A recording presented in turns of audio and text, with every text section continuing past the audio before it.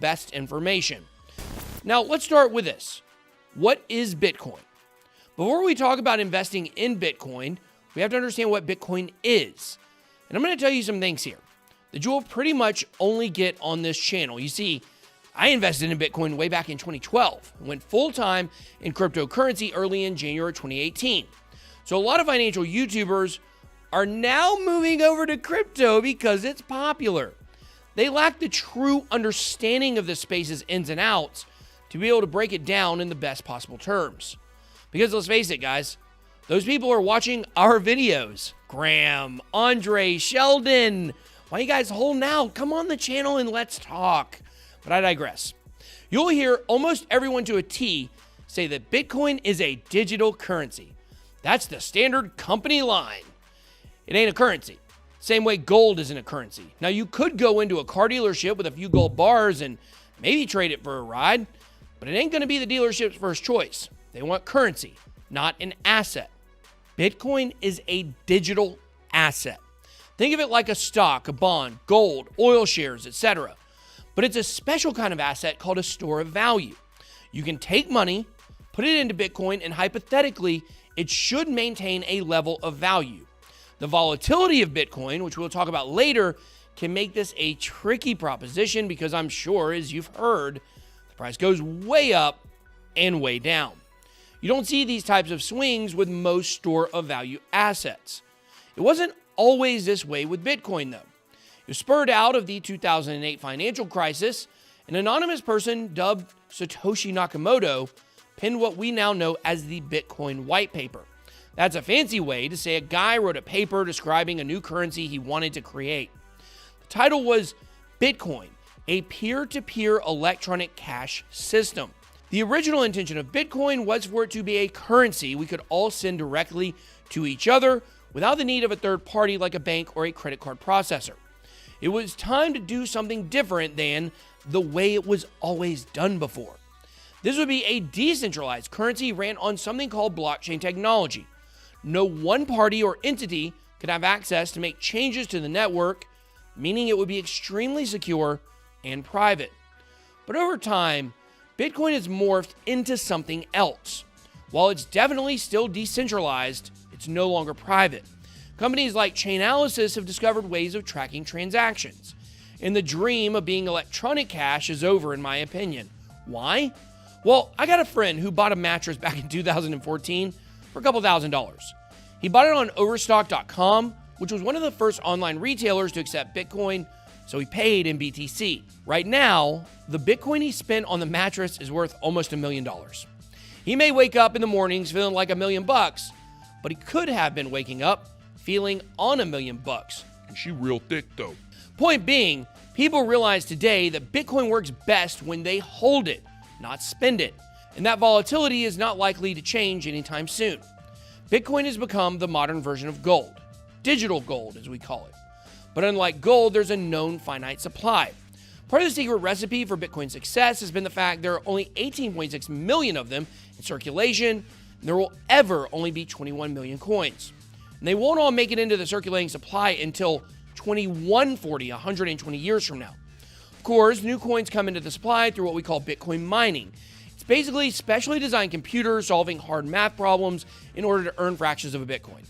With gold, while of course, literally there is a finite supply in the universe, we have no idea what that is. There could be thousands of tons of gold under the seafloor, and we know that there are millions, if not billions of tons of gold floating around in our own solar system, much less the universe. Space mining is coming eventually. But with Bitcoin, not only do we know the supply, we also know the schedule at which it comes into the supply.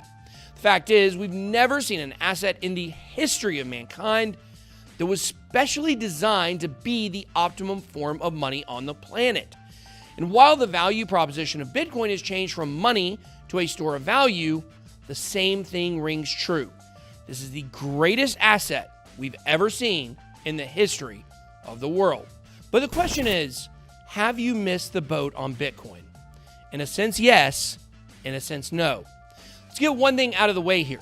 Bitcoin's the greatest appreciating asset in history.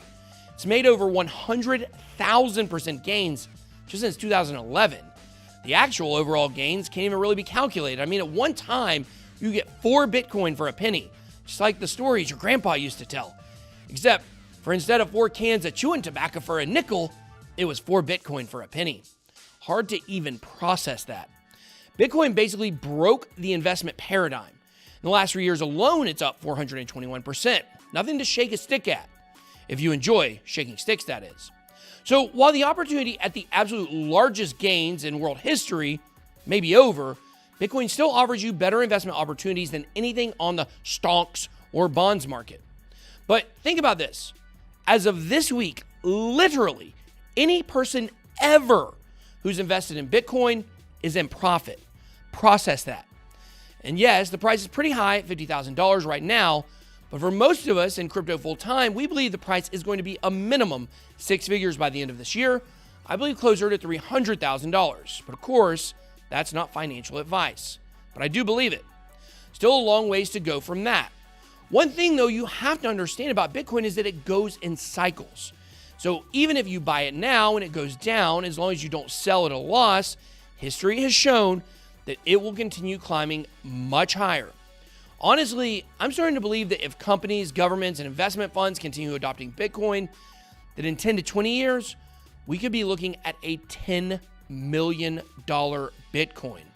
Having the opportunity to own one Bitcoin could bring generation-changing wealth in the future. Only the truly elite will own one full Bitcoin. You may have heard of other cryptocurrencies, such as Ethereum, Chainlink, Cardano, XRP, Bitcoin Cash, or others. These are what we call altcoins, or any coin other than Bitcoin. To be totally honest with you, my personal portfolio is loaded down with altcoins, and I talk about them a lot on this channel. But I'm not what we call a risk-averse person. In fact, I've been called a low-down gambling degenerate in my life, by myself, in the mirror, after a tough night of roulette. Aren't they all tough? But I don't mind casting my financial future into the hands of fate. I like to live dangerously. That's why I love altcoins. They offer much more reward than Bitcoin, but they also boast much more risk than Bitcoin. And this is where the volatility of Bitcoin really shines. You see, we like volatility in crypto. It's what gives us life-changing money. But some people simply cannot handle that risk. Bitcoin plays out pretty much the same way every 4 years, though. It's based on something we call the Bitcoin halving. This is where the amount of Bitcoin produced through mining gets cut in half. In the beginning, there were 50 Bitcoin produced per block mined. In 2012, it cut down to 25 BTC, then in 2016 to 12.5 BTC, then most recently on May 11th, 2020, the Bitcoin halving dropped the amount to 6.25 BTC per block. That equals about 900 Bitcoin per day currently produced. 2024, that will be cut to about 450 Bitcoin per day. By the last Bitcoin cycle in 2136 to 2140, there will only be 1/2 of 1 Bitcoin produced total. So the supply and demand principles of the Bitcoin halvings, scheduled every 210,000 blocks, means the value proposition of Bitcoin should continue to increase following those halving events. The only thing is, about 1.5 years after the halving, when Bitcoin investing is at its peak, the supply shock of the halving wears off and the price starts dropping. The retail frenzy ends, people start selling off their Bitcoin, plummeting the price. These are the types of things you need to know as an investor. Bitcoin drops an average of 85 to 87% every bear market, every 4 years. The current Bitcoin bull run, according to the historical Bitcoin cycles, should end around September or October of 2021. So you need to be prepared. You can do as the kids say and hodl through the bear market, which lasts about 2 years, or sell at the top like the smart kids and wait for prices to drop to buy more for the next Bitcoin bull run in 2024. But this cycle could be different because of companies like MicroStrategy, Tesla, and PayPal. These companies have bought tons of Bitcoin and will not sell it in the bear market. So we could see a less volatile drop, maybe 60% instead of 87%. But other cryptocurrencies, the altcoins, don't have that same level of corporate and institutional buying happening. Ethereum, the number 2 overall cryptocurrency, certainly does have some level of institutional buying, but virtually none of the coins below it do. On average, altcoins drop 95% in a bear market, sometimes 99%. So the point is, while the rewards of being early on some other coins are very high, the risk of losing almost everything is guaranteed unless you sell at the right time. The volatility to the downside is really what separates Bitcoin from other cryptocurrencies and makes it the safest bet. So you've heard my elevator pitch for Bitcoin along with the warnings, and you still want to get in. How do you do it? There are basically 3 ways you can buy Bitcoin as an investment, but one is much better than the others. The best way to buy Bitcoin is to buy it directly on a site or exchange where you have the opportunity to own your own asset, not let it sit in the hands of others.